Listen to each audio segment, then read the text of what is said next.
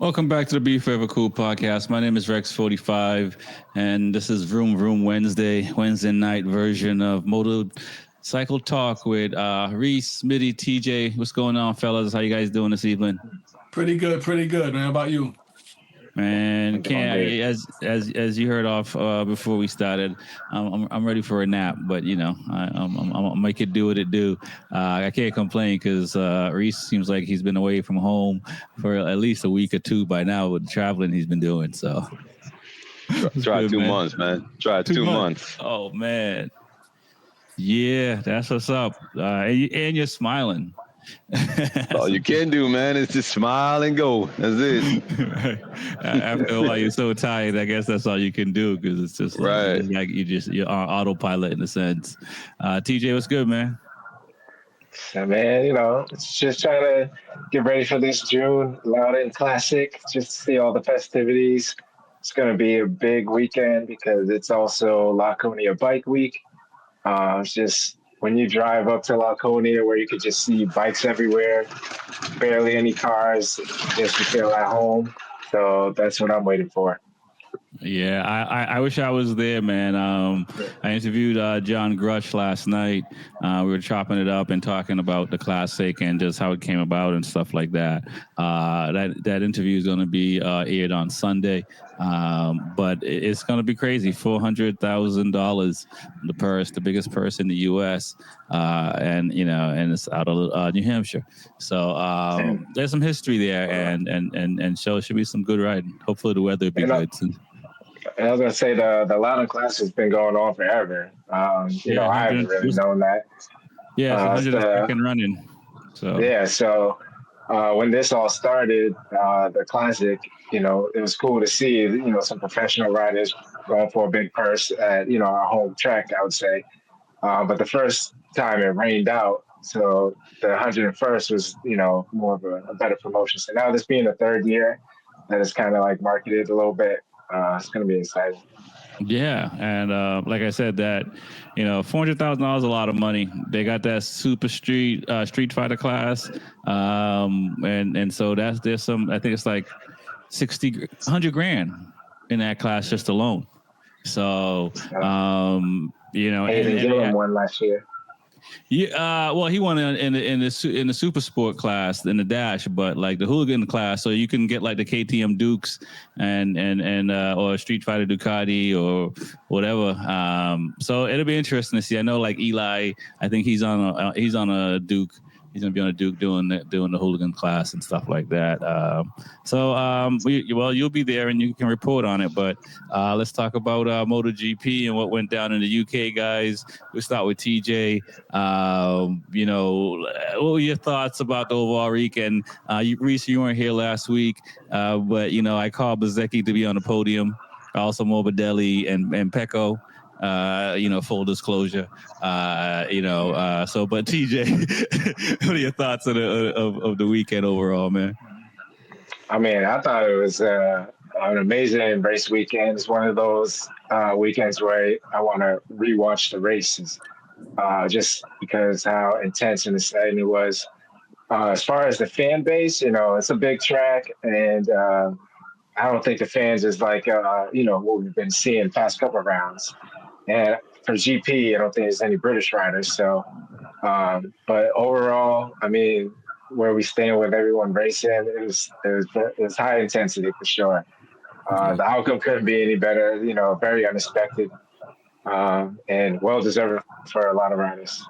Yeah, I completely agree. And we're going to dive into the craziness that happened over the weekend. Mr. Honda guy, two podiums, 2 weekends. I mean,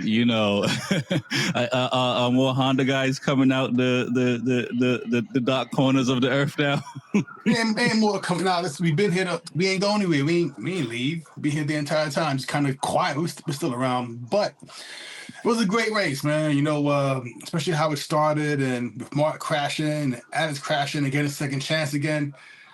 Because I ain't gonna lie, man, he crashed. I was pretty bummed out, man. But then Scott somehow got some second chance. I'm like, yo, we're back in it again. So it's a good race, Can't complain at all. I enjoyed it. Man, listen, when Mark got back to the pit, I was like, boo. I bet you were a freaking hater. Reese, man, what are your thoughts about the race? And like TJ and Smitty says, is it one of the most exciting races you've seen in MotoGP in a long time? I mean, actually, it was a good race. It was an exciting race. I mean, like anybody knows in racing, it ain't over to the fat lady sings. I mean, anything can happen in racing. So it was it was good to see, Bezzecchi up there. It was good to see, a different brand besides the Ducati show. So, and to see Honda with Zarco up there, I mean, that was kind of amazing. So, I mean, I honestly say that was a good race. Okay. I agree. I have another question for you guys. And do you think, and I'm posing this because of Aleix caused the red flag. Do you think wild card riders should start in a different wave? No. No. If they qualify within a spot, start there. I mean, why should they? Well, I mean, I think that the thing to say is that he hasn't been on the bike as often as the main riders, and we've seen it with Pedrosa when Pedrosa came back at Red Bull Ring and low-sided and caused the test rider for Aprilia there to get all jacked up. We see that with test riders that they tend to. Even though Aleix just stopped racing last year, it's still, I mean, you know how it is. The reflexes are not the same if you're not doing it at that level. I mean, I get it, but you're going to use the one guy that crashed as a reason to change some major rule? Nah. It's kind of like, it's not the one. That's what I'm saying. That's why I use Pedrosa as an example year before last. Even if that's what 2 and 1 a year, that's a small part of the pie to change rules. Honestly, overreaction. So I think they should start wherever they deserve. I think this was a freak accident. I think we all know Aleix and Morbidelli have a little history. From the sprint race, if we see the first corner, there was one bike who ran off a little bit. I think it's because he didn't want to cause an accident. It wasn't Aleix. So the sprint race, I felt like he was cautious enough to not try to interfere. But going into the GP race, I think him and Morbidelli got something going on where he just tried to prove something and slipped up. Yeah, I mean, he hit Morbidelli from the back, so and the track slid across the bike slid across the track, and took out Morbidelli, but it caused a red flag, and the race would have been completely different if there was not a red flag. Mr. Reese. Wow. Yeah, I mean, the race could have been different if it wasn't a red flag. That is 100% correct. But I mean, to sit there and say for a wild card to not be able to qualify, should start in the back of the grid. No, because what if he's one of the fastest?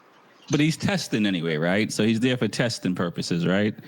And it's rare that I mean, the best wild card so far that we've seen is, to my knowledge, is Pedrosa finishing fourth. Right, but I mean, he's there testing. But what if he's the fastest? I mean, yeah, you're not gaining any points. But what if he's not there to gain advantage on anybody? He's there to help the constructor, cup. Okay. He's there to get points for the constructors. You know what I mean? He's there for that. He's there for testing. He's not there for himself. You know what I mean? Okay. Those are valid points, man. I hadn't looked at it that way. So it's nice to have a guy on the inside that can set us straight when we stray. Mr. Bobby Shakes, man, late to the show, but as always, man, Yamaha, you Reese, you guys, he's ready tonight. Hey, I don't know what pill he swallowed today, but hey, man, he's on the right. He's on the right path now, man. He's on the right path. I like it. He's on the right path, man. Listen, if Quattro ain't had that problem, I don't know what y'all gonna be talking about then. Well, so yes, there is that. I mean, to continue with what I said about, causing a red flag, because Quartararo had his best chance. Not to say the right height device might not have failed in the first race, but, he was leading the race. Right. When the red flag came out. So it's like, I mean, he was leading the race at the red flag, but then you gotta look at this. He was leading the race in the second part of it too, and 5 seconds advantage. Yeah. No, it was that was brutal, and that was brutal. Let me get your thoughts, Shakes, on the overall race of the races for the weekend and stuff like that, and we'll continue to dive further into just the overall weekend because tire choice played a big part, and I mean it was unfortunate that Michelin didn't know if the soft would go the distance, but obviously it did and dominated. But what were your thoughts of the weekend, Shakes? I would just love to come on this show and we don't talk conspiracy theories. We don't talk red flag. We don't talk running off the grid. We just talk racing. We just keep everything racing. Listen, my guy crashed out. Another DEI win for Honda and Man, shut up. Aprilia. Aprilia's infighting. It's congratulations to everyone. Another win that we handed down. And out of respect for Reese and attack performance, I've decided to concede just for today. Because you have to know when your battles are won or when your battles are lost. And we've been talking about this has to be the smartest MotoGP show on the planet. All of us know that Marquez is the man, but all of us has said all season long from the first week that this guy should have thrown the bike down the ground every week besides one race. This is also the group that said last week that Martin jumping to another manufacturer, he's got to stay with Aprilia, he's got to win, and that's the rumor right now. This is the smartest collection of motorcycle guys that I've ever seen or watched, and just out of respect out of Reese, I will concede for today. But it's getting embarrassing with Ducati, just throwing the bike on the ground. It's getting embarrassing. It's getting embarrassing. Right. No, I agree. Go ahead, Reese. Okay, I get it. Pekka throwing the bike down numerous of times and everything else and whatever. But you got to ask yourself, is it the bike or is it him? Oh, it's definitely the bike. You sure? Yeah, we saw that, and Mark even said so. That's why he finished where he finished. The second bike was garbage for both of them, and okay. Mark just was able to stay on this time. Right. So, but my thing is it really the bike after one round when you've been so dominant every other round? Yeah. Well, again, we'll talk about it. Tire choices. Those guys were on the mediums. They didn't go soft front, and it was cooler. Well, correct. So now you have temperature that plays a factor, tire choice, the actual ground temperature that plays a factor. You have actual, the track, material that plays a factor. There's everything that plays a factor in this, and then it comes down to where we give you the best bike for that round. Right. If we can't get to a perfect setup, it's your job as now the professional to ride around it. And he's been doing that except for last weekend. Is the first weekend he got the DNF, and this weekend. But you have to keep in mind, Alex Marquez, Mark Marquez, and Pecco crashed out. The lucky boys, as I've dubbed them, they got the shot to get back in their grip position. Alex didn't even bring his bike back to the pit, and he was able to restart. I thought you had to bring the bike back, but maybe I'm thinking Moto 2 or one of these other classes. But I thought you had to bring the bike back, make it back on your bike. Well, no, you do have to make it back with your bike, but because it was only so many laps, they technically did not start the race. Gotcha. Right. They technically didn't start the race, so restarted minus so many laps so we can get it in on TV time. Right. So, I want to say it's like 3 laps, right? It was 3 laps. That it's not official, right? You keep the same grid position, but I didn't realize you also that supersedes everything else. Right, you have to supersede anything. I mean, the laps do make a factor. 3 laps, you're not even really getting the tire up the temp yet. It's really still kind of like down at the bottom. So I mean, and as you know, when you watch 3 laps, you're still bunched up. you're still right on top of each other until like 5, 6 laps, 7 laps in, where the field starts kind of spreading itself out and you kind of start settling into the groove to get to this round. Right. What are your thoughts, Smitty, and then we'll go to TJ. The thoughts on what exactly? On the rule? On the rule, on the tire choices, is as Reese says, is it the rider, or as far as Ducati, and or is it just bad setup, bad tire choice? Okay, so I'm gonna start with a question for Reese, and you hear it all the time in racing, like this track is a track made for this brand, or this brand is better on that track. Why is that? Okay, is that like a real thing, or just something people say and repeat with no merit behind it? No, that's a real thing. Okay, why? It's just like Coda, right? Yeah. Coda's a Ducati track. Why? That's Ducati and BMW. I can use and exploit all that horsepower that these bikes have, right? Okay. The same thing with a Ducati. The versus the V4 that they have now versus the V4 that the single-sided swing arm. Yeah. The single-sided swing arm, they say, beats you the hell up. The dual-sided swing arm, they say, is a lot smoother, right? So when that comes into play, can I get out of this hole as smoothly as I can and get the power down to the ground, right? So if it's a Ducati track, I can be slow in and fast out, right? But if it's like, say, a Yamaha track, I can be slow, I can be fast in that corner. Certain bikes are faster and keeping corner speed, going in there fast, staying in there. But then I try to come out fast. I'm not as fast as a Ducati or a BMW. I don't have that natural grunt. So when it comes to that, and then it's another one where it's a tight track. Like you go to Barber. Barber's a tight track. So I can flick it around. Which one is easier to flick around? The Yamaha. It's very easy to flick. Okay, fair. You know what I mean?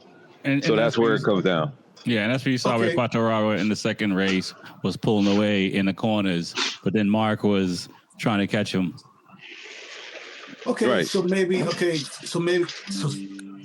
answer the question, maybe Brands Hatch was not a track for Ducatis. That's it, because Silverstone. I'm sorry, yeah, Silverstone. Right, and that's where I look at it as. I'm with Smitty, and it could have not been a track for them, because I guarantee you, next race they come out smoking. And then what they're gonna say? Oh, well, yeah. I mean, like, no, it just wasn't your track. I mean, you can't sit there and say it's the bike, it's this, when y'all it's win after win after win of the title and title and title. Dominant, right?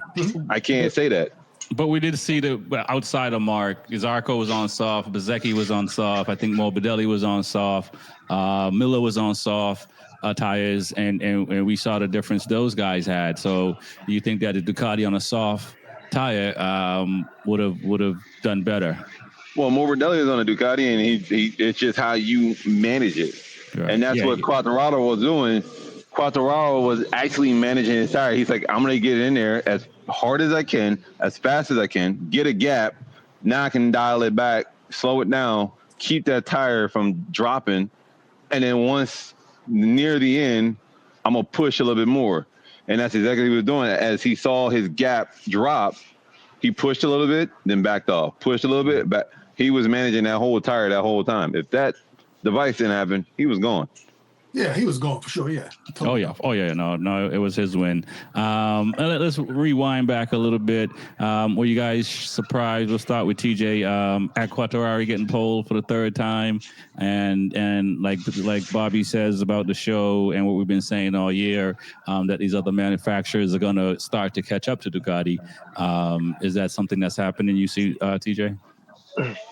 I mean, I always go back to what you said a few weeks back about like the Ducatis, and especially Marc Marquez, and how fast he's going in the beginning of the year, and how you say he's not getting faster, everyone else is getting faster. I am surprised to see Fabio Quartararo get 3 in a row, but I'm, not super surprised. Like when you're feeling it, like you do anything or whatever it takes. And I feel like Fabio is just locked in. He's just trying to get the best out of the Yamaha to get them better. And, they're not nowhere near a championship. So It's good to see him being locked in like that. I just wish, the rest of the crew can stand behind him. Jack Miller did it pretty well in the GP race, but like we were talking about how this could not be a Ducati track. I figured that it would be because the amount of back spaces. Yeah. So like how much horsepower they could, and they could really put in, but Fabio was just going really hard, and I think it was just heartbreaking. I think he really deserved that. But if that device didn't, I've never seen the Yamaha do that in a while, so it was pretty interesting. Yeah. No, it was a bad look for them. Smitty, what are your thoughts about what Quartararo did, and also do you think that Alex now is the starting to separate himself from Marquez? Because he's starting to he won the sprint, and he was, once Mark made that mistake, he was able to stay out front and manage the race. And that's, to me, that's the first time he's beaten his brother without his brother crashing out. Yeah. I mean, it's been his turn, but as for Fabio Quartararo, the first times, like, okay, Yamahas or him, they kind of, they struck lightning that one time. It may not happen again. Second time, okay, they're really on something. Third time, yeah, they're for real. Well, at least that combo is for real. The bike works with him, I guess. And now I'm kind of assuming maybe they're doing what Honda did with Marquez. They're building the bike like around his riding style, and it shows that it's working for him. So I mean, I would see him doing this a few more times, honestly, for the year. And he should get 2 wins this year. You know what I'm saying? At least. And so, after Alex beat a Mark for the first time straight up, it's bound to happen. You know what I'm saying? That's what's up. Reese, man, Yamaha and Quartararo and that pole position and overall what they're doing. How do you guys look at that when you were at VIR over this weekend and just seeing what Yamaha is doing at that level? You guys high-fiving each other? They don't care. I mean, we look at it like this. We the redheaded stepchild, man. I mean, right. Us down here, the redheaded stepchild. But I mean, it's great to see the blue back up there. I mean, it shows a lot of potential, what's future to come. I mean, we know that there is stuff in the works. We're the same as out. I mean, there's certain things we know and there's certain things we don't know. We're like, well, is it going to work? Is it not going to work? So, I mean, the stuff that we know about that they're working on, we can see that it's coming, it's working. We just need the full package to get together and say, all right, let's run, so it shows potential.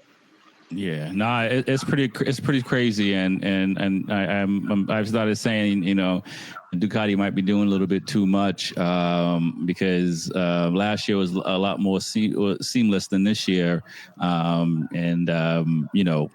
they still have the potential to win a championship again. So I don't know if the I don't say chaos, but it wasn't as smooth as last year. I don't know if it's worth it if you're going to win the title again. And at this point, it looks like they may do it. As you said, Reese, it's not over till it's over. Shakes, man, you're all Yamaha, but let me see if I can pry you to Honda and Aprilia as far as, these other brands that are stepping up and being very competitive. Zarco on the podium 2 times in a row is huge. Last year we can say it's a fluke. Last round we could say it's a fluke, sort of. The mixed conditions, right? He also got it right this time, and the boy was on the move. I just want to bring everybody back down to earth. Zarco had a chance, I think, in between week 2 or week 3 to grab podium. So Zarco, and we've said it on the show, Marquez is getting slower, everybody's getting faster. Honda, for some reason, didn't have the power in week 2 or week 3. So Honda's been there all season long. So I'm not really surprised. Bezecchi's been someone that we've been, well, not me. I would never say those words. I would never say those words out of my mouth. Excuse me. Rex has been screaming Bezecchi all season, and he's finally showed up. I don't think it's the bike. I don't think it's the rider. And it's what I said 3 weeks ago. Julius Caesar was a tyrant.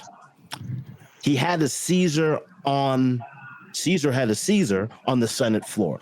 Once you showed weakness, the other senators assassinated him. They stabbed him hundreds of times on the Senate floor, and he just bled out, and that was the end of Julius Caesar. It's the same thing with Marquez. The first couple of rounds, he looked unbeatable, like unbeatable. It was Ducati 1, 2, 3. They keep on dropping the bike. They keep on doing little mind games and little tricks to win and then lose. Like Rexy would say, and we all say in the hood, the ball don't lie. The ball is not lying. So it seems that guys, that fear now there's no more fear. It's back. And even Bezzecchi, I mean, you're the only person that's been calling his name in all of the sport. And all of a sudden, that guy's got a couple of balls. Like, give me a break. Like, where does this guy come from? It was Martin too, right? Like, oh, this bike stinks. It's not good. I'm out of here. And Bezzecchi said, this bike's great. It's everyone's building confidence. Everybody's getting faster. And my team is getting slower. I mean, we're still 1, 2, 3, but we should be 1, 2, 3, 4, 5. But we can't get it together. Morbidelli hasn't even shown up yet. And I know that it's a long season, but guys, it's June now. It's June 1st. It's June 1st. I mean, when is Morbidelli going to shut the door? You know, it's very disappointing this season. You say that, but he's there. Morbidelli's there. It seems like it's, the VR46 Academy against the Marquez brother when you look at it. And I think Bezzecchi was able to save face and do really well. I think Morbidelli was there. He beat Marquez. Marquez just beat him at the line. Marc Marquez. I have to say Marquez now because when I say Marquez, it could be Alex or Mark now. So I gotta use full names.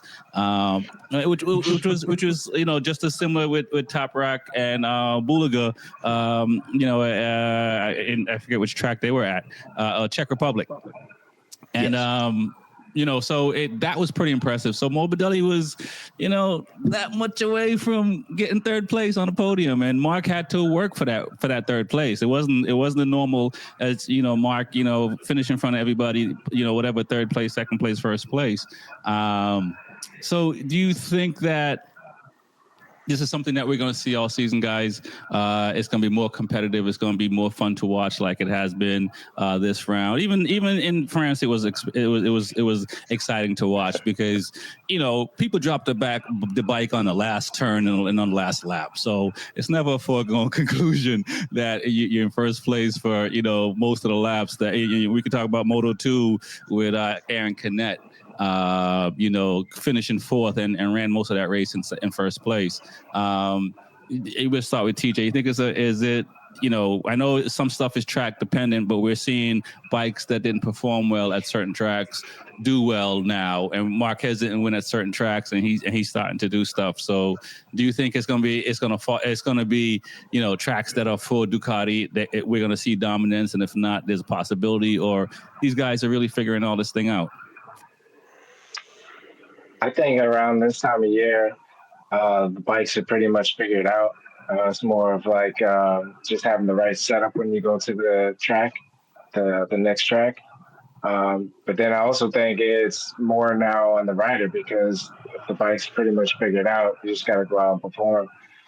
I'm looking at Pecco versus Marc Marquez, and they're both factory riders, and they look opposite right now. Like Pecco's going through it and Mark's having a great old time.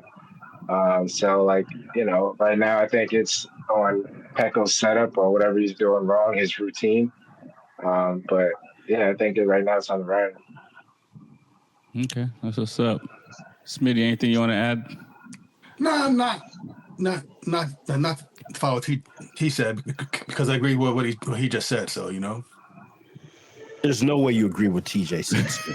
Once in a blue moon, man. I agree. Okay. Well, let me ask this, Smitty. The rumors. Let's talk about that. how do you see the rumors as far as what we've heard? And I guess I'll say what I've heard. It's a lot of rumors. A lot of them. Martin going somewhere else. Jack Miller going somewhere else. Top Rock going somewhere else. Bulaga going somewhere else. And probably Acosta going somewhere else, which means Morbidelli's going somewhere else. Let's talk about specifically Martin, because apparently, and he hasn't called me lately, but apparently there's a clause in his contract, and when we talk about read the fine print, I don't know how his manager was able to put all this fine printing on KTM and now on Aprilia. I mean, I don't know. There's performance clauses in his contract apparently where he can say, hey, if the bike ain't doing something, I can bounce. I get it. To me, it's kind of whack in a sense, like, he rode the bike once. He has no clue what the bike can do in his hands. So he's jumping ship, if it's true, way too soon. It really is. You know what I'm saying? It's like, it's like dating a girl because you only, like do the deed, yet you want to leave. Like, give her a chance, man. You know what I'm saying? And then she's back, then leave. But what if, soon, in the case of Martin, he has data that he can look at.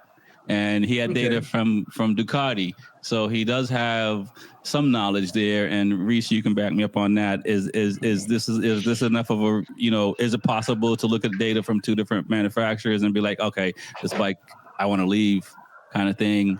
And like Smitty's saying, and I feel the same way. I do feel like you should stick around. You should do this thing overall.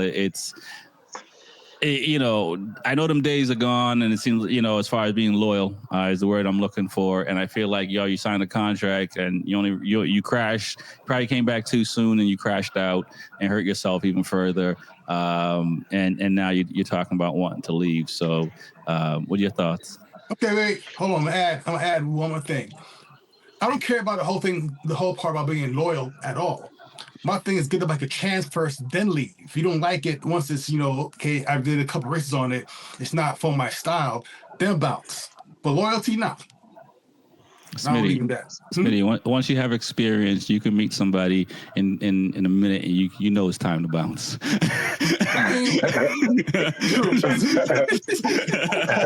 Hold on a second. I want to stay with Smitty. You talk about loyalty. Why are you loyal? Why don't you jump ship? Why don't you come in on a winning bike? No. Well, you're on a losing bike. The last time you guys had a good frame was Repsol. Listen, man, it'll come back around soon, okay? I ain't worried about it. Unbelievable. Hey, I can't with you guys. You guys are giving me a migraine. It's like a marriage. You have ups and downs, man. Now we're in a down year, so I'm here drinking. Hey, listen, a marriage is a marriage is completely different from securing a machine that could get you podium. I guess. That is. Reese, what are your thoughts on the contract issues at Martin? First, hey, Bobby, you know what I'm saying? You leaving your peoples right now wearing blue, so I'm just saying. But so you already came to the winning brand. You knew better because you knew better, so you did better. But anyway, so hey, just saying. But this whole contract thing, I'm with Smitty. Give the bike a chance. You rode it one time. You haven't been full health yet. And it's the same thing that goes back for Pekka. And it goes to any of these riders. There's a lot of things we don't tell the riders because once it's in their head, they think it's that. It's I don't know what it is. I don't know what it does. It's like you tell a rider something and it stays. And it's like it just stays in their head. And then once they're in there, they're the worst rider ever for some reason. They're just, I can't do this. It's in their head, for real. And I don't know if it's one with Pekka, if it's in his head, but I believe it's in his head. Jorge, he had, like I said, he just haven't been full health. You haven't been full health to even know what the bike does because the bike was trash. Espargaro wouldn't have been doing it, but maybe the bike was only good for him, for at least. But you can't say the bike is trash. Yeah. And Vinales is able to prove that, and Bezzecchi, and you had the top dog at Aprilia saying the bike can win, Martin. Right, and then the bike just won with Bezzecchi on there. So, I mean, yes, there was certain, situations, yes, but to still be at a distance like that, it's still even remotely, because you can't win if you don't have the chance or you're not in position to win. Right. So for Bezzecchi to be in position to win, to take advantage of a situation, that shows a lot where the bike stands.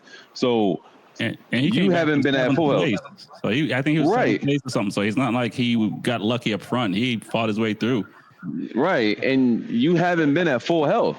And then the last one, I don't know what happened. It looked like you tucked the front and landed straight on your already injured area. Mm-hmm. So was that you or was that the bike? Because you came back well too soon. I think you should have took out one more round, because at the end of the day, you was already out of the championship. The points was over. You was already out of the championship. So what is the point of rushing to come back, stay full, get full health, then come back?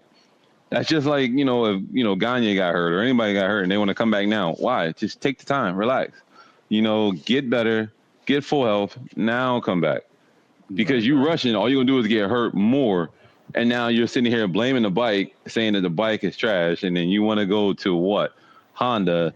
That's all that's left. Right. I'm like, he can't go to KT. I mean, maybe Yamaha, but he can't go to KTM. He can't go back to a Ducati. Right.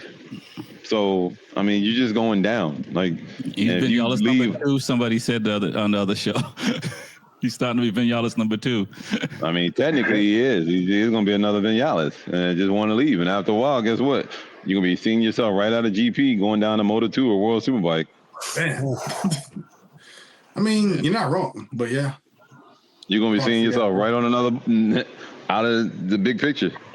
Because guess what? Once you get to that Moto2, once you leave GP, ain't coming back. You're stuck. Yeah. You're done. It seems like if you have the right attitude as a rider, even if you're not the best rider, and I'm not saying Miller's not the best rider, but he comes to mind, he's well liked in the paddock. Right. He's well liked. And look at Taka Nakagami. Look how long he was there. Yeah. So I think if you are well liked, you'll get more chances if you're not winning. Right. So right now, it looks like you just jumping ship. You don't even want to stay and fight. So it's looking bad on you, not the bike. It's looking bad on him. And he got a bunch of money because that's what pissed off Vinales. It's like, so it's not like he didn't get paid for it either. Let's talk about some of the other ones. And I'll throw this out first. The way Zarco is running, even if he's not on the factory colors, he should be getting the factory money. If any other, you got, I believe Luca's coming up on his contract. I think Mir's good for one more year, so I think Mir might be safe. If they're trying to put a Martin or a Top Rack on a Honda, it should only be one seat available because Zarco should go factory. TJ? Zarco should go factory, 100%. Yeah, no, I definitely think we were talking about if Zarco deserved a factory seat, and it shows now. I mean, he's won a wild race at his home track, and he's always been doing pretty well. And just recently, always front running. So Honda's definitely stepped it up from the start of the year, and I always like Joan Mir. As long as he can stay up, I feel like he can help Honda as well. I mean, he's a solid rider. I think. I mean, people talk about his championship being only 16 rounds or something like that, but hey, Spurs 96. I mean, you got something you can work with. I mean. That one seat, who knows? I don't know if it'll be Top Rack or Martin, which that Martin thing, I think he should stay where he's at. So right. he's going to dig a deeper hole eventually. And like I was saying before, he got balls to say the rumor to come out like this because knowing how many seats are actually available each year, like there's not Jordan out there really, And it's only been the last couple of years that MotoGP's the rumors been coming down the pipeline. Before they were pretty tight-lipped on everything. You didn't know what was happening, but especially this year it's been pretty crazy. Mr. Honda, I'm not even like how do you see this playing out? For next season, or the foreseeable future. Because Mir is nice.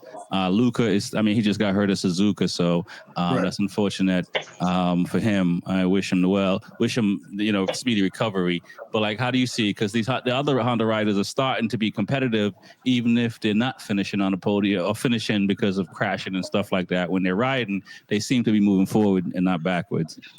Right. Well, Zarco should get the factory spot. However, these things you never know, because go back a couple of years ago when Martin was on the satellite team, and the rumor was that he was going factory, right? And matter of fact, the year before that, the Beast was supposed to get it, right? He got it. Yeah, the Beast got him and the Beast was fighting for it, and the Beast got it. Between the Beast and Martin, and the Beast got it. Yeah, and we were all shocked by that. So nowadays, you could say Zarco, deserves it, but you never know. You know what I'm saying? So I don't know. I don't have an answer for that one. But it'd be good to see, just Honda do better, and just hope the best riders go to Honda. That's it, really.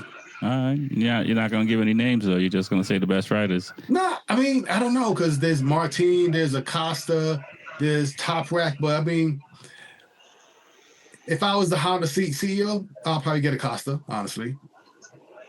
All right. Okay. Based on youth and potential, you know what I'm saying? So got you, and less baggage. Yeah, and keep him around like a decade, Right. What are your thoughts? What are your thoughts on that, Reese? Because out of the three riders, Toprak, Martin, and Acosta. And you can speak on Zarco too. Acosta does have the lesser baggage as far as, contract stuff and wanting to leave stuff, because, Toprak in his own right has also been outspoken about what he wanted to do too. Right. I mean, me personally, I'm going Zarco. Zarco's your veteran. He knows how to develop a bike. He knows how to. The biggest thing that a lot of people don't understand is, can you as a rider develop a bike, but also can you speak to your crew chief and your crew? Can you speak to us? Because we can't tell. We don't know what the bike's doing. You have to be able to explain to us in detail, but very precise on what this bike is doing. And then the crew chief can know what he's doing and say, okay, I need this such change to give you the better bike. It's just like, I'll give you an instinct. Cameron Bobier, he can speak to a crew chief like nobody else's business, but he's going to be like, everywhere is good except turn 6, right? It doesn't do this, such in turn 6, but everywhere else is good. We'd be like, well, we could change it, but it may mess up somewhere else. And he'll tell you straight up, fuck it, leave it. Just leave it just like it is. I'll ride around it in turn 6. That's where it comes down to play as a rider. Can you explain what the bike is doing? We can't tell you what the bike is doing. We could see with data and everything else, and this is such as whatever, but you're the one riding it. You have to explain what it's doing so we can know, so we can adjust the problem. If you can, then that's the key. So I'm going with Zarco, because Zarco is a very, very knowledgeable rider. He can explain it. Acosta, yes, he can. He's very young, but when you're young, you're very naive. Okay. You're very, very naive. Sometimes you may not be paying attention to what the bike is doing. You're just trying to ride around it, or just trying to get to where a point is, and you'll come back, I don't know what it did, but I know it did this. Okay, so how the hell are we supposed to fix that? You're not telling us what it did, but you want somebody that's very knowledgeable. And then you have kind of I'm going Zarco because you have Mir. If you still have Mir, he's 1 year. He's not young, but he's still talented. Sort of. He's still there. What were you saying? No, I was gonna say he's still there. When Mir won, to me, I had my thoughts but just watching him with Honda and stuff like that, it's like if he feels good, he's quick, and he's right. He's still there. He is. He's still there. But Marini, like you said, I wish him the best and wish him speedy recovery. I just don't think the Honda fits him well. I don't think it fits his riding style, his type of capability riding well. I know his dad, brother Ross, he told him, don't go there. It's a dead zone. He didn't listen. He wanted to go. But, I think he should have stayed where he's at. Yeah, I was surprised by that too, honestly, because I think we were saying that it must be some deal that Rossi's gonna get one of them Hondas finally that Honda promised him by having Marini go to him. But if you're saying that he just didn't listen to Rossi, yeah, that is a it's a bad look. But right. Everybody wants the factory seats, right? Yeah. Right. Everybody wants the factory seat because you want that money. You want the factory seat. You want the spotlight. You want the money. You want the notoriety. But you can get it, but you got to also be able to keep it. You know what I'm saying? You got to be also keep this thing. And sometimes you can't keep it. Then guess what? Where you going after that? To the next factory or to the satellite teams? So, and you go to the satellite team. That's it. Yeah. So keep Mir and Zarco. I'm keeping Mir, right? I'm keeping Mir and Zarco and Acosta. Nah, I want somebody where Honda's at. I want somebody where we can put in the seat and win now, not win 5 years down the line. Okay. Right. I can see that. Well, yeah, it's going to be Zarco and Mir. I think Jack Miller might just be aging out a little bit, not literally, but I just feels like he started with Honda. So for him to go back, I think he may just want to ride right now. Yeah, I think he just wants to ride. And I think he's going to end up, from what I keep hearing, him and Oliveira is already signing for next year with Pramac. Okay, that's what's up.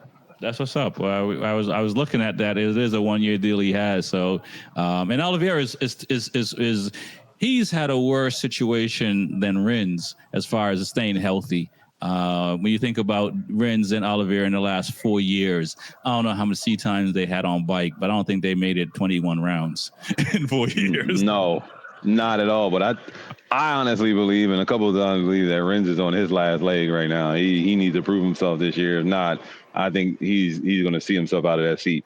Yeah. He's walking with a limp, so it's pretty bad. Bobby Shakes, man, you heard all that. I know you got the Yamaha gear on, but what are your thoughts about the possibilities of Honda and who they may get on the factory seat next year? I don't know. I think the season has to play out. I think. Hold on, let me bust everybody's balloon. This guy's nuts. Zarco has a wet win, right? And he also has a podium when Marquez crashed out. I have yet seen Marquez finished third. Yeah, but he should have won that race. He should have won that race. Come on, man. We're talking to somebody that likes Ducati, so it's kind of hard.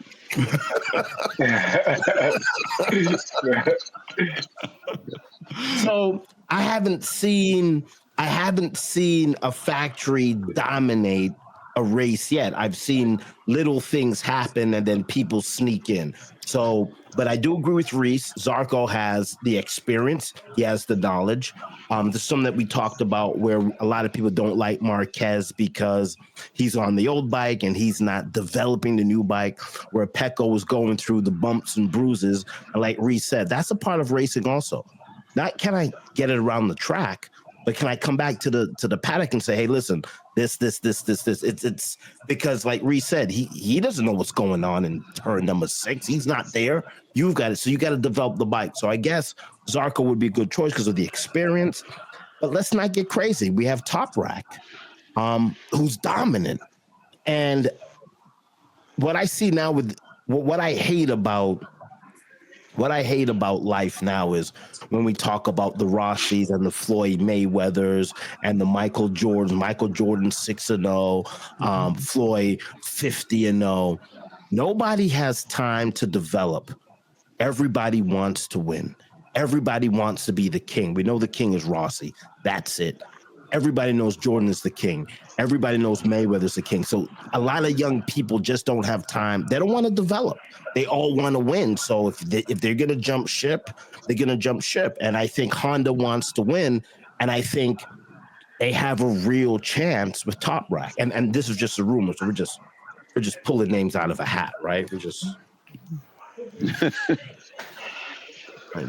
pulling names out of the hat. We don't know what's going on. Cinco de Mayo. I mean, as Top Rack goes, I mean, think about yes, he's a capable rider of putting it in a great position, but is he capable of dominating or winning as he does in World Superbike? I don't think so. Remember, the one thing is different. The biggest thing, that chassis is completely lightweight. If I flick it too left, it's going down. If I flick it too right, it's going down. That chassis is light. So it's like trying to put him on that and then put him off of it's two different bikes. Right. And the riding style would be different. And I would say, the reason I say that is Bender has a similar style to Toprak, or Toprak has a similar style to Bender, where he tends to back it in and goes around corners that way generally, and we see Bender struggling with that, where the other KTMs are not doing that, and they seem to be a little bit quicker. So I think he would have to change his riding style. I mean, obviously he would, because it's a MotoGP bike. But he would, he's going to have to be smoother. Right. And I mean, you see that now with the BMW. I mean, he's riding it hard. I mean, he's riding hard as heck. I mean, you can't ride a MotoGP too hard. You can ride it hard and ride it at the limit, but there's that fine line at that limit. There's that fine line. You go past that limit, that's your ass. Yeah. But also, aren't there, I mean, I don't know the controls of World Superbike, but I know MotoGP controls is obviously a little bit different, or a lot. They got the ride device and a whole bunch of other buttons compared to World Superbike. So you need a lot of testing to even say I want to be top 5 out of the season. So I don't know. And to implement that in rhythm too. It's one thing to learn it, but it's another thing to incorporate it in your game. You know what I mean? And and hitting it at the right time and making sure it's bottoming out at the right time, for lack of a better word, or releasing at the right time, so that way you can take Bezecchi had a good point in post in the press conference, because he said he's never ridden on the bikes before ride height devices in MotoGP. So for him, it's a natural progression just to be where he's at. So where Toprak has been World Superbike, and it's a completely different feel. And we've seen riders struggle. Jake Dixon's, Joe Roberts, these guys come over on Moto2, and the Moto2 chassis is the closest thing to MotoGP chassis. Struggle to that fine line to get that feel. I forget which one said that Honda wants to win now. So I think Toprak, while he did amazing things on that BMW very first season, I don't believe he'll do that. If Pedro Acosta couldn't do it as a rookie, I can't see Toprak coming in and doing the same thing. No. Agree. I can't see it. So let me ask guys, out of the Alex, the French, Alex, Pecco, Marquez, these three seems to be, starting to become a little bit, not say inconsistent, it's not the right word, but Mark's in the lead, so I guess he has the least to worry about. But Mark has made mistakes at three races, GP races, and he got a lucky break this last one. Out of those three guys, who needs to make the most change going forward? The most change? Yeah, that's easy to say. I mean, there's only one name that you can put that. That's Pekka. I mean, shit. Do you need to say any more? Well, I mean, Mark also has to stop crashing, because if not, he could be in Pecco land soon. Yeah, I mean, he could be. Hold on. Could be is the key word. Yeah. Pekka got to finish a goddamn race. But again, Mark crashed out of 2 races. Crashed out of 2 races. I guess he jumped on the bike or whatever. But Pecco, this is second DNF for Pecco. So Pecco gotta get out of his head. Yeah, Pecco gotta get out of his head. Stop being a little bitch and ride. I'm sorry. It's that big for him, man. Sorry. Figure it out. Develop the bike, and let's do it. But goddamn, you got 2 championships, brother.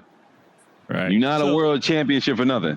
Yeah. So should he just stop talking and just develop the bike and ride and not worry about, because he already got, you have a good point. He already has 2 championships. It's not like he's any of the other guys that don't have a championship in MotoGP right now. He actually has 2. So I mean, he didn't win last year, but he won back to back. So not to say he get a pass, but like, is he making too much of a big deal out of this? Yes, he's worrying about what they're doing.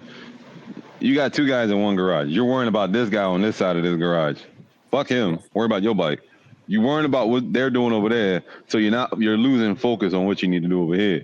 You're worrying about, oh, well, Mark's bike looks good. And this bike, every time I hear him speak, he's always saying Mark's bike looks good and he's doing this, or Mark. Fuck Mark, man. Worry about what your bike is doing. Like, figure it out. Like, you were a 2-time championship winner back to back. So there had to be a reason why. You can't just jump on the bike and expect it to be good. And this is why, again, I'm glad that in 27, they're going back to the old ways and taking all the electronics away from these guys. Because it's like all the young generation, all they want to do is get on the bike and twist the throttle and push a button. That's it. That's all they want to do is twist the throttle. The bike is perfect. I'm going to ride and I'm going to do this. Ride the damn bike like you know how to ride it. Ride around it. There's certain things you got to ride around. It just comes down to that. You have to learn how to ride around certain things. You have to. And literally, I know Lewis, if he was here, he would agree. That's why Mark is who he is. There's certain things Mark can ride around and Mark can't ride around. But that's what makes him a great champion. I hate the kid. Don't get it twisted. Don't get it twisted. But I give him his flowers. I give the guy his respect. He is a hell of a rider and a hell of a champion. But he knows how to ride around that bike, and he knows how to come back and explain what that bike is doing. And he just knows how to ride. He knows what to do. How can anybody hate Marquez, man? I don't understand the hate, man. Lots of reasons. There's a lot of reasons on that MNF. I could give you a booklet on that, man. You know, I'll say this: Marquez. I like Marquez as much as I possibly can, and since I've been following racing, and not because of his accident, but because of his accident, he's a different person, and he's a more likable person. Before that, he was an arrogant son of a bee, right? He did everything to win, and we saw it. I mean, up until, following people around and qualifying, he was the first one I really saw do that and deliberately do it. Even when people are trying to be like, yo, nah, man. Remember when he robbed that one from Vinales? I forget which track that was, following Vinales around, and he got pole. Like, it's like, how's it robbed? Again, I can go on, right? I mean, you can go on with Marquez. I mean, there's a lot of lists that you can go on while you hate the kid.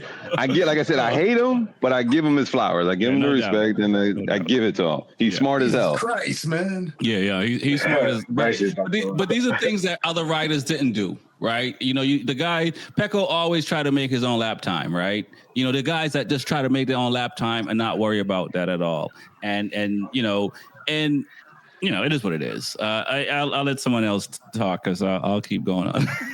I mean, I've been saying this all season, and you've been fighting me all season. This is Pecco's best year, blah, blah, blah. Still is. I mean, he's been saying this all season.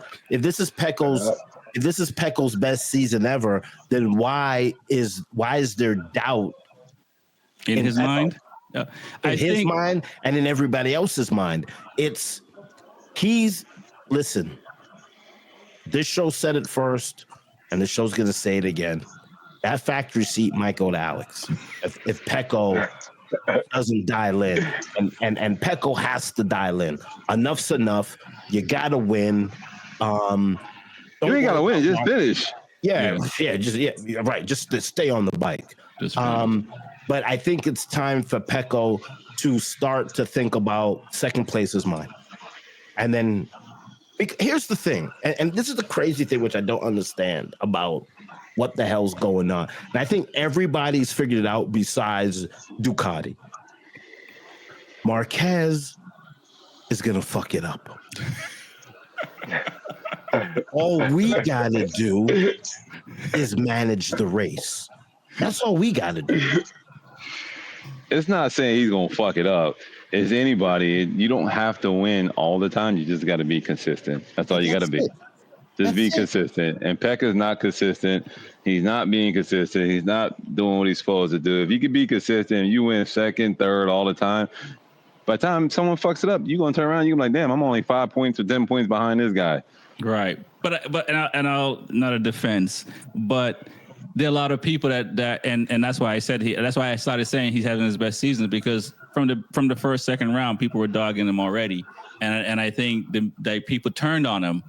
And he was finishing third all the time, and it's like, I'm happy with third. It's going to be correct me if I'm wrong, it's a fatter check than sixth and seventh and eighth place, right?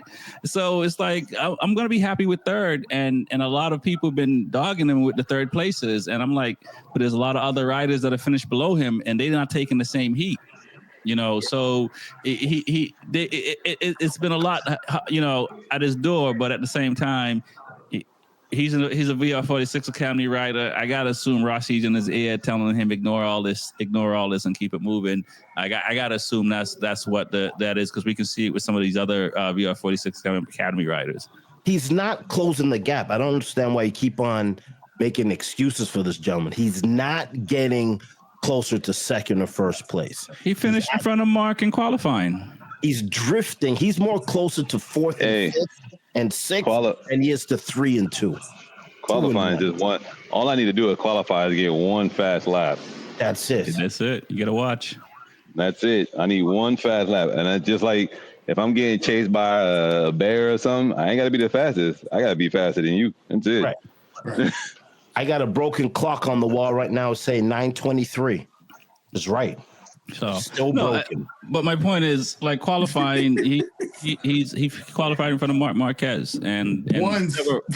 Well, I mean, you got to there it is. My broken clock is right. It says 9:23. Quartararo started in front of Marquez 3 times already, so we can't use the broken clock rule anymore. And so, and the season is still young. We're not even halfway. We're not even at the summer break yet.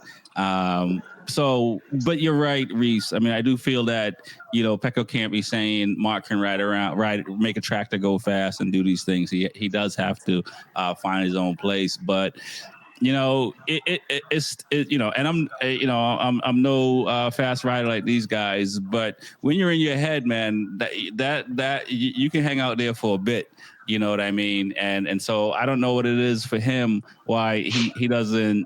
He's not thinking like a Marquez in the sense of like, I'm just going to ride around it and I'm going to do what I'm doing. I mean, granted, he answers questions and reporters and such ask him. So I don't know if he's necessarily just going to complain, but he's answering the question.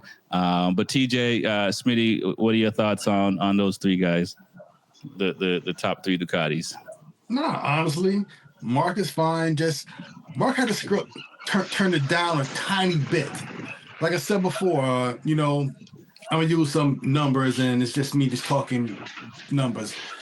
I feel that to ride on your edge and not crash, you got to ride about 99.5% to be your best. Mark is at 99.9%. And when it hits that 100, he crashes. If he comes down a tiny bit, just to, I don't ride that hard every single corner, he'll be fine. That's his only problem, honestly. Pecco, he's in his head, like you said. He's worried about the wrong stuff. Something's wrong with him right now. I don't know what it is. He's just not doing his job the way he should. So, and he needs to pick it up some. Unlike Mark, he needs, come down some. But yeah, it seems like that. What about yourself, TJ? Well, yeah, we all know Mark is a smart rider. So, I mean, I think he's playing the game right. He wants his championship after the terrible, injuries he's been through. He felt like he's back. I think we know he crashes, but I think he's testing the limits. He has a little bit of breathing room. I mean, Alex is doing really well. I mean, I feel like that bike was just already built for him. He didn't really have to adjust anything. He's just out there riding, and it doesn't have to give much feedback because it's already, pretty much set for him. So, I mean, I think they're doing well. As far as Pecco, he needs to change his, like I was saying a long time ago, he needs to change his routine. It's hard to change someone's routine, but he needs to approach something different. He needs to figure out like some master plan, like pull a tear off on somebody that causes like a race interruption or something. He needs to find something that Mark did in a way where he can like take an advantage of something, because his pouting face, you see his energy, it's not working right now. He needs to, stay focused on his side of the paddock, like Reese was saying, and just worry about his racing and staying consistent. I mean, we know he's good for crashing out, at least 6 times like he did last year. Right. So, Yeah. But, hopefully he can get out of the way. Hopefully. I'll ask this to Shakes, but also all you guys, because TJ just brought up a point about pouting. We didn't see Quartararo crying or Pecco crying, but they reported that they might have been in tears and stuff like that. I mean, we've seen this with Toprak and stuff like that. I don't remember the older riders back at having that kind of breakdown at the track and stuff like that. Is it just because there's more cameras around? There's no issue with people crying or anything like that, but it's something more that it's something more that we're seeing and for racing, right? And it's not like they didn't, and it's just a race, not even like they lost the championship, right? So the culture's different. The culture's completely different. These guys are no longer athletes. Like, none of these guys are athletes. They're investments. MotoGP, Moto2, Moto3, Superbike, this, that, club racing, those are the athletes. These guys are investments. So there's a lot of money and a lot of pressure that's on them. We're talking millions and millions of dollars. It's like when Ronaldo in the World Cup, that Nike gave him a pair of gold boots, and he didn't want to play. He had an injury and he had to play with an injury. You're an investment. You're no longer an athlete. So that pressure, that corporate pressure is crazy. It's not back in the day where, no shade to anybody. You're riding a 500cc bike. We're going to have a cigarette. You win the race. You're popping champagne. You're smoking a cigarette. You're drinking with the boys on the corner. That's gone. There's physio. There's mental health profession. There's I lost a race using this soap. I got to use this soap. I got to go see a sports psychologist. You're an investment now. And once you become an investment, there's a lot of pressure. And it's more pressure than it ever is, because there's millions and millions and millions of dollars are at stake. And then there's TV people, right? So it's not only the factories, not only the sponsors, it's also the networks. Hey, listen, man, we got to sell tickets to watch you. We got to sell ad spots. It's completely different. I think it's more pressure now. The culture is completely different. Bro, before it was like, Larry Bird blew out his back farming. I mean, you can't farm right now. You're an investment. So the pressure is ballooned to way too much. I think that's the bad part. I think too much money. What do you think, Reese? Too much money's in the sport now. I know. I agree with you. Not being a pussy. I know you're gonna say it, Reese. Nah. I mean, I agree with you to some extent, but I mean, I've been now, like I said, 11 years. There was times I was in the paddock, and I still have the pictures when I was at the GP race in Coda, when it was Lorenzo and Lorenzo and Rossi, and there was a lot of crying behind the scenes with Lorenzo, a hell of a lot of crying. And I'm sitting there like, dude, why are you being a little bitch? I mean, I still have the pictures of it, and I still have the pictures of, when he told me not to take pictures of him because he was messing with a female at Austin at the club, because he didn't want publicity. Jesus. So I have a lot of stuff to see about that. So, I mean, I can't say it's now. I just think it's more open now. Okay. They want to publicize it. Before, they were kind of behind the scenes and crying and doing this and bitching and complaining. Because, I mean, that's why there was a wall built with Rossi and Lorenzo, because they was the, feuds and fights. But it just wasn't so public. Now it's public. It's just like anything else. Now it's public. And like Bob said, it's the generation now that we have. They're not built like we were back in the day. They saw that. They want to complain. Oh, Can hear you. I think I can hear you. You might not be able to hear us, but Yo. yeah, I can hear you. all right. Okay, I there can you go. hear you. Go Yeah, I ahead, can hear Smitty. you. Don't complain because you're a young chap. Yeah, you're a young one. For You me, would- I'm probably the oldest guy here next to Rex, man. No way. Yes way, man. No way. I just act young, man. What year were you born, Smitty? 77, man. Oh yeah, you're a baby. And TJ, what are you? 83? 86. Look at that. I got kids older than you too. 39. You got your whole life ahead of you, TJ. You too, Smitty. Young boys. Man.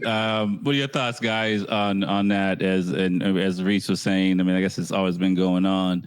We're just not seeing it as much. We're seeing it more now. But watching Quartararo was tough because he, again, I know what it's like to struggle. It doesn't matter what level you are. If you got 3 or 4 years and you're not finishing where you want to finish in whatever thing you're doing, it doesn't feel good riding home. It doesn't feel good during week. And at the end of the day, you hear the criticism, even if some of the criticism is supposed to be support. You still hear it, and you don't hear it as support. You hear it as criticism and stuff like that. So do you think for him, it was just a longer stretch of time, and the thing was right in front of him? It wasn't his fault.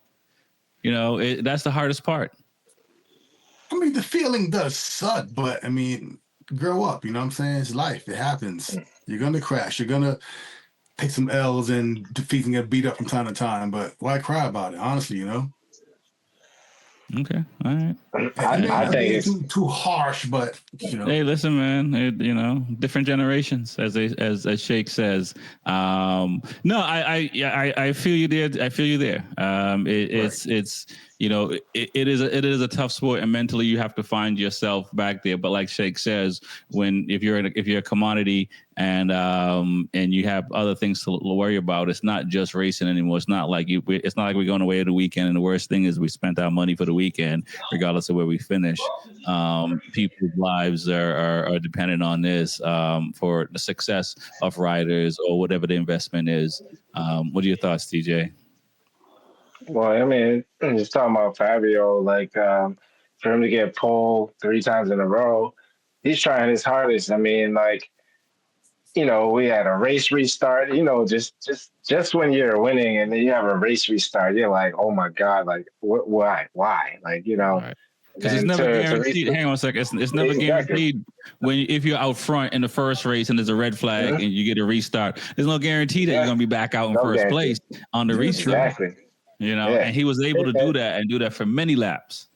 Yeah, and then when we see someone stretch out like that, we're like, all right, they're pushing too much. They're about to lose the front or something like that. So that was not what I was expecting, but I was hoping it didn't happen. And to hear that the ride for height device got stuck, very, very disappointing. Knowing how hard he tried, especially he had it in his hands.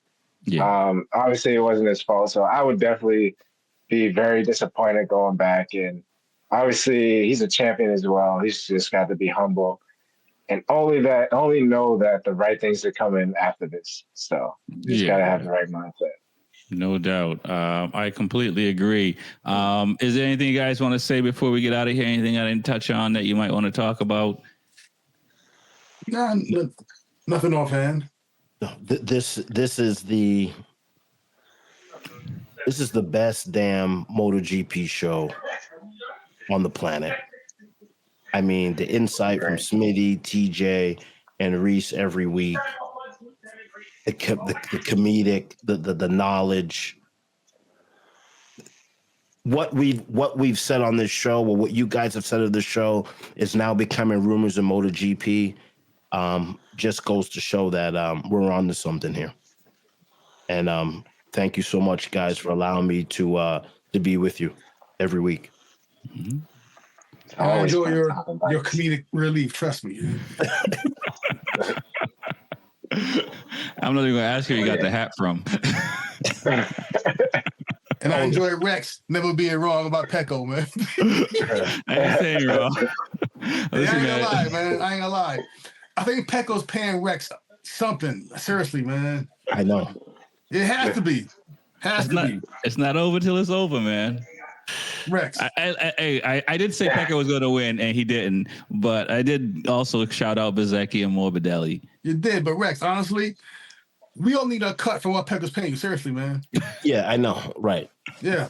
I know he's getting paid. If only. I listen after the race, after the summer break, we'll see how it goes. You keep moving the goalposts, man. Nah, I've always said the summer break. I've always said it's not over until you run out of points. So actually, now I am moving the goalposts because I'm saying sooner.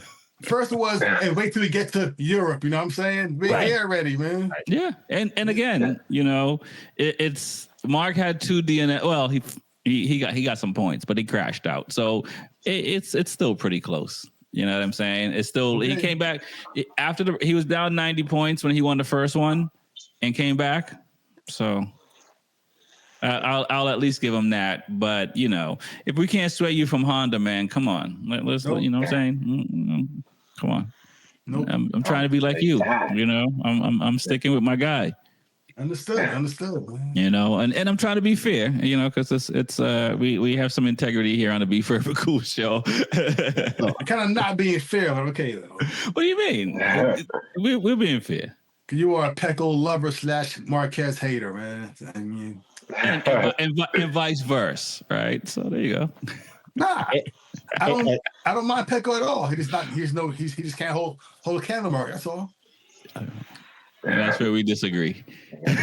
All right, he ain't doing it right now, so. And no. Actually, they're starting as we said, they are starting to, but we'll see how it goes. That's the beautiful thing about it, man. And you know, we get to watch this thing and talk about it and see, and you never know. And you know, as a racer, as somebody who struggled racing, it's not over until you decide it's over. So. Right. And that's the mentality you end up. At the end of the day, you got to have. I got you. Understood. No doubt. I want to thank everyone for coming on.